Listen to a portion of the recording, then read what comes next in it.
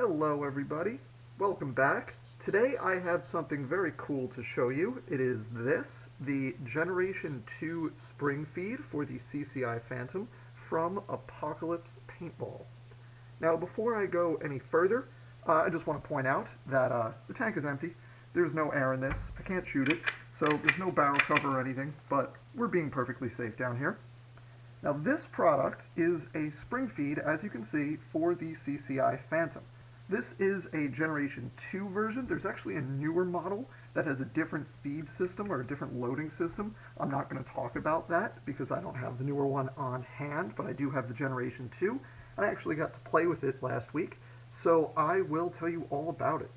Now this is a SpringPheed for the CCI Phantom. So the nice thing here is that you don't have to worry about tilting every time. Normally when you play with a horizontal feed, you're playing stock class, you're playing rock and cock. You either have to tilt it forward when you pump or back when you pump in order to load a paintball. With this feed, you don't have to worry about that. In fact, you could even load a paintball when you're holding the gun tilted forward, even though the feed tube extends to the front of the marker. So the way this works is you have this, the little pusher with a spring behind it. You push that back, and then you flip the gate open, just like that, and load paintballs in, flip the gate closed, engage the spring, and then you'll be ready to go.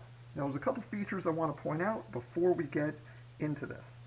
First is that the gate is a really great design.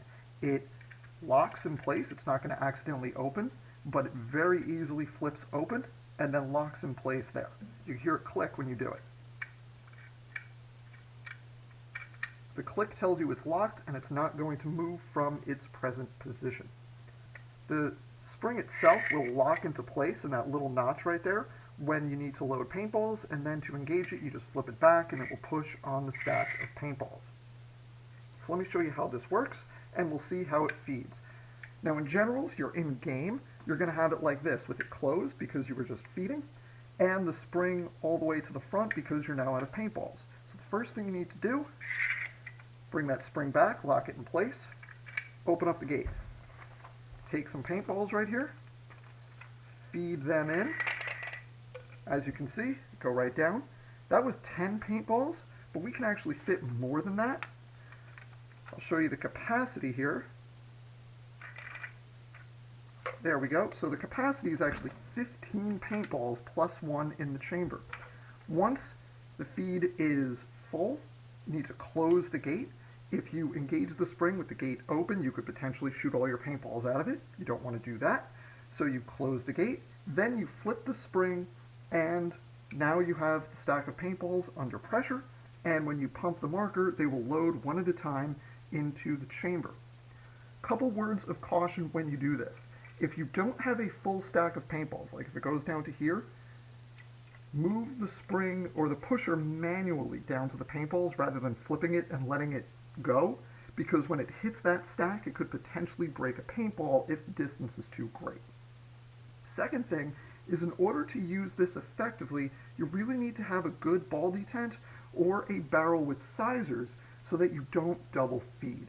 That's really important. If you do double feed, it's going to end up messing with your day. So let me show you how well this feeds. Okay, we have 15 paintballs in the stack, and I'm just going to pump and we'll see them go through the marker. I don't have an insert in this barrel, so they should just pretty much roll through.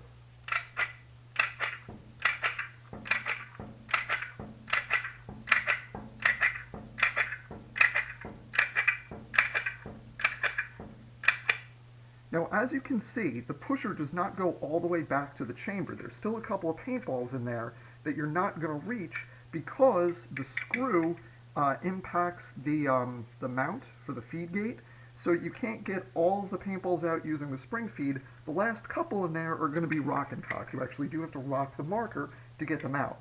But as you can see, the rest fed through without a problem, no breaks, no chops, very smooth. So that is how this product feeds, and I like it a lot. A couple other features of this that I want to point out. First, we'll work from front to back, basically. So at the front, we have this front cap. You can see we got the nice logo right there, Apocalypse Paintball, and it has a nice front sight on it. I don't know if you can see that sight picture too well. Try to line it up with the camera there. but that's what the front sight looks like. You have many options for front caps. You can see there's a little screw down there. It's just a little set screw, so you could remove the front cap, put a different one in if you want. If you don't want to use the sight, you have options there. We also have this. This is just a little mounting bracket that attaches to the barrel.